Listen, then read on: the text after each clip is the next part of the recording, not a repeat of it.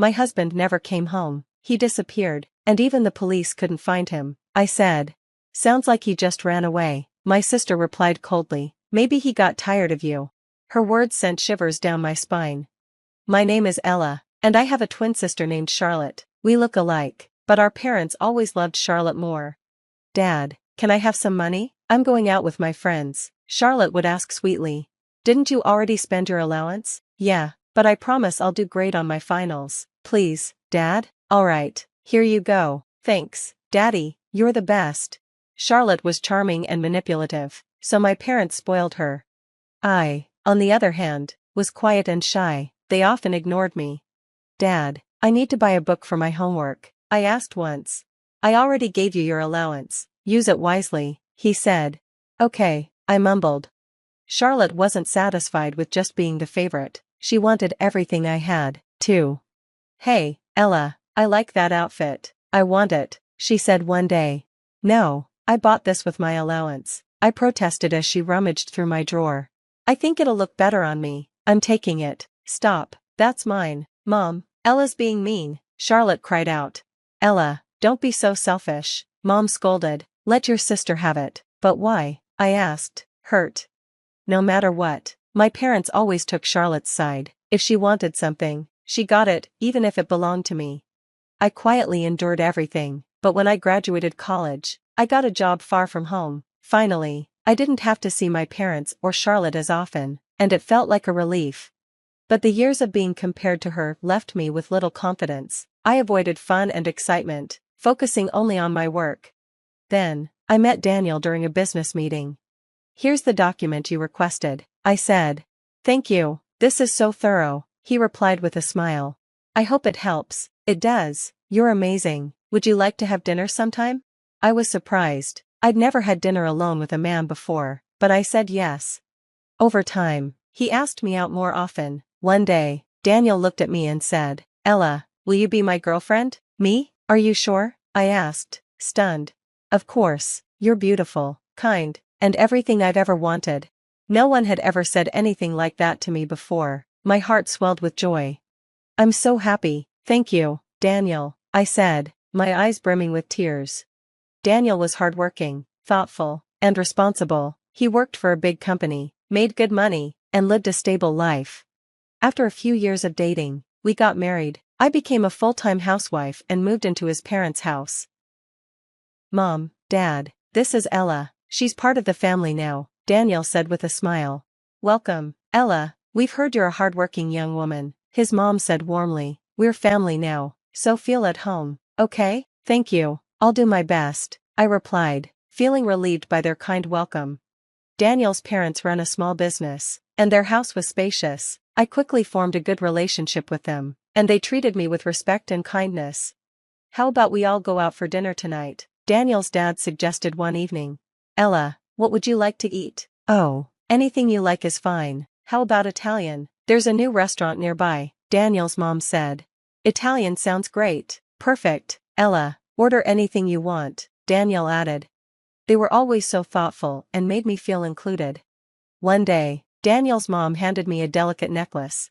Ella, this necklace would look lovely on you. I used to wear it, but I'd like you to have it now. Really? It's beautiful. Thank you so much. I'm happy you'll wear it. You're my daughter now, she said, smiling. For the first time, I felt truly loved and appreciated. Living with Daniel's family was so different from my old life. I finally had a home where I felt safe and cherished. I thought this happiness would last forever. But one evening, Daniel didn't come home. Has Daniel called you? His mom asked. No, I've tried calling and texting, but there's no reply, I said, feeling uneasy. Do you think something happened? Maybe check with his friends. I'll try, I said, my voice shaking. Daniel had gone to work that morning as usual, but he never returned. I called his friends and coworkers, but no one had seen or heard from him. Desperate, I reported his disappearance to the police, but they couldn't find anything either. I couldn't stop thinking he might have been in an accident. Anxiety consumed me, and our peaceful life fell apart. My in-laws were heartbroken, sitting on the sofa with tears in their eyes. Where could he have gone? How could this happen? His mom whispered through her sobs. Seeing their sadness, I started to blame myself. Maybe I did something wrong without realizing it. Maybe it's my fault he left. I couldn't shake the feeling that I was to blame, and if it was my fault, maybe I didn't deserve to stay in this house anymore. I thought this family was my safe place, my home, but after Daniel disappeared, despair consumed me. I locked myself in my room and cried. One evening, my phone rang. My heart leaped. Could it be him? But the call wasn't from Daniel. It was from my sister, Charlotte. She rarely calls for anything important. Most of the time, she just brags, talks endlessly, and makes me feel small. This time, though, I couldn't hold it in. I told her everything. Hey, Ella, what's up? Not good, I said softly. Really? What's wrong? My husband, he disappeared. What? That boring guy from your wedding? He vanished? She said, laughing. Yes, the police couldn't find him either, I admitted. Well, maybe he just got tired of you and ran away. Her words stung. She laughed like it was a joke, but part of me wondered if it was true. I started to blame myself even more. Maybe I'd done something wrong without realizing it. The guilt ate at me, day after day.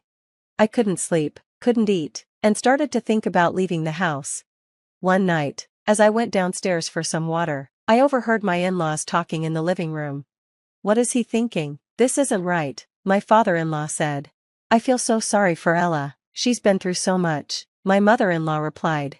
It makes no sense for him to leave her like this. It only makes sense if he had an accident or something, he added. Hearing their concern for me made me burst into tears. Despite their own pain, they cared about me. Their kindness reminded me I couldn't stay lost in despair. My in-laws had lost their son, and they needed me as much as I needed them. I decided to stay strong, for all of us. The next day, I made cherry pie, my father-in-law's favorite. I made this for you. Let's eat it together, I said with a smile. Thank you, Ella. It smells amazing, he replied. From then on, we supported each other, living as a family while I continued searching for Daniel. I spoke to his colleagues, his friends, anyone who might know where he was. Then I discovered something shocking. $100,000 was missing from his bank account. The police suspected he had run away, but with no clear evidence of a crime, they stopped investigating. Years passed. My in-laws and I slowly adjusted, helping each other through life. But 7 years after Daniel vanished, tragedy struck. My father-in-law passed away after a long illness. At his funeral, as my mother-in-law and I cried, a familiar voice stopped us. Hello, I'm back. Hey, Ella, it's been a while. I turned, stunned. Daniel, where have you been? But he wasn't alone. Standing next to him was Charlotte, my sister. What? Why? What's going on? I stammered. Daniel looked completely unfazed. Well, I've been living with Charlotte, at your parents' house, he said casually. I froze in disbelief. Charlotte had stolen my husband, she'd even had his child. My parents had helped them, hiding Daniel from me all these years. Your dad passed away, so I came for the inheritance, Daniel said without shame. He had been living off his savings and my family's support for 7 years, and now he was back for money. Are you crazy? How selfish can you be? I yelled, trembling with anger alongside my mother-in-law. You don't know how much my father-in-law worried before he passed away. My voice cracked with fury. Daniel, unfazed, shrugged. At first, I tried to devote myself to you, Ella, but no matter what you did, you were so boring. It was no fun being with you. Yeah, Charlotte chimed in with a smirk. Ella, you're super boring, but I'm different. I've got the same face as you, but I actually know how to live.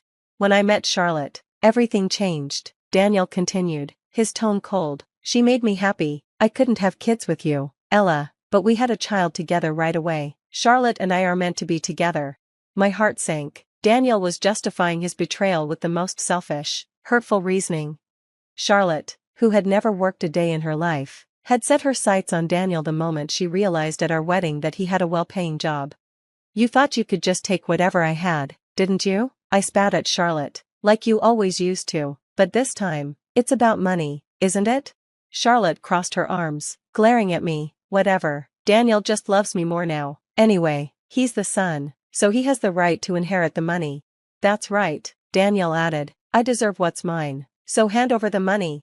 It was clear Charlotte had manipulated Daniel into coming here, demanding the inheritance. That's enough, it's not going to happen, my mother-in-law shouted, her face red with rage. Why not? It's my money, Daniel yelled. I don't care how many times you demand it. Go home, she snapped. Fuming, Daniel glared at us. I'll be back. You'd better have my money ready next time. With that, he stormed off with Charlotte. But they didn't stop there. A few days later, they started following me and my mother-in-law everywhere. Just give us the money already, Daniel demanded one day. I don't care. It was your father's money, my mother-in-law retorted. It's mine, I have a right to it, Daniel argued. Why should I give it to you? Now leave, I shouted, trying to keep calm. But no matter how many times we told them to stop, Daniel and Charlotte refused to give up. They kept pestering us, their demands growing louder and more desperate. I was just about to send them away when my mother-in-law stepped out from the back of the house. Are they here again? She asked, her voice heavy with annoyance. Yes, I replied.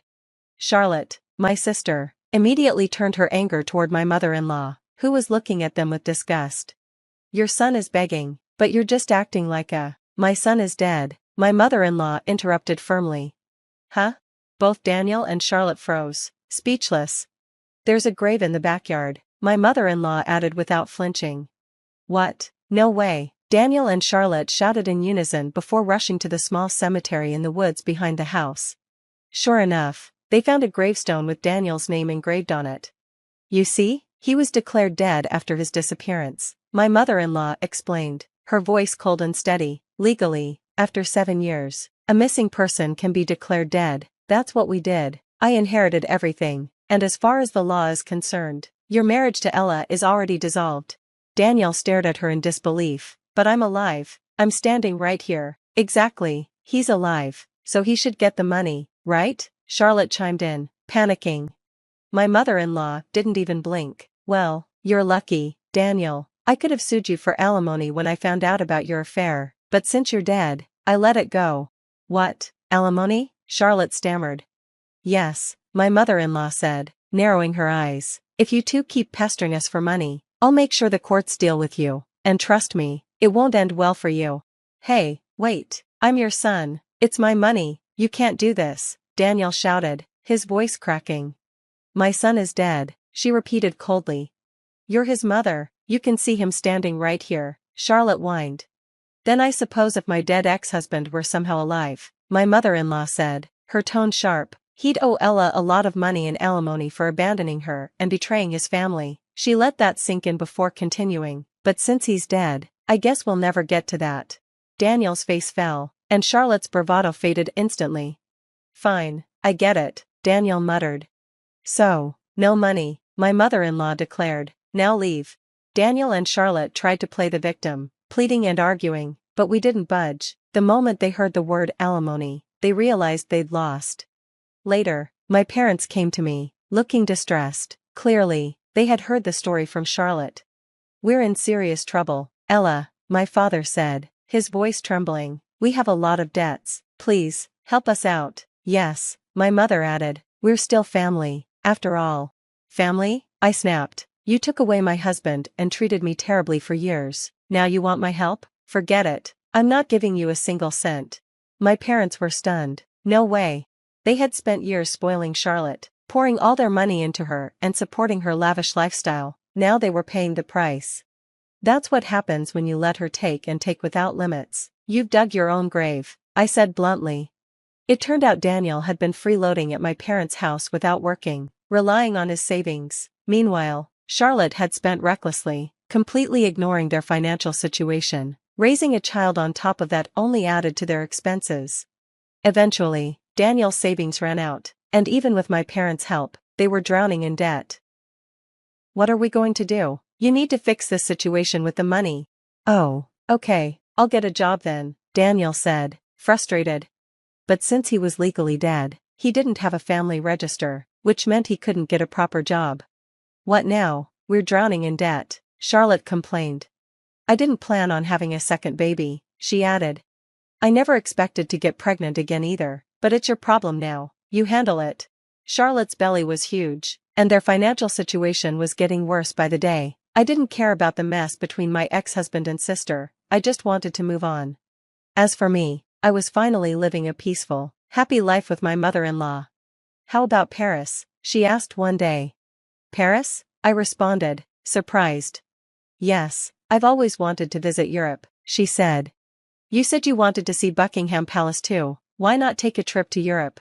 Really? That would be amazing. It feels like a dream come true. My mother-in-law is the only family who truly cares for me, and I'm grateful for that. I will take good care of her, and we'll continue supporting each other as a family.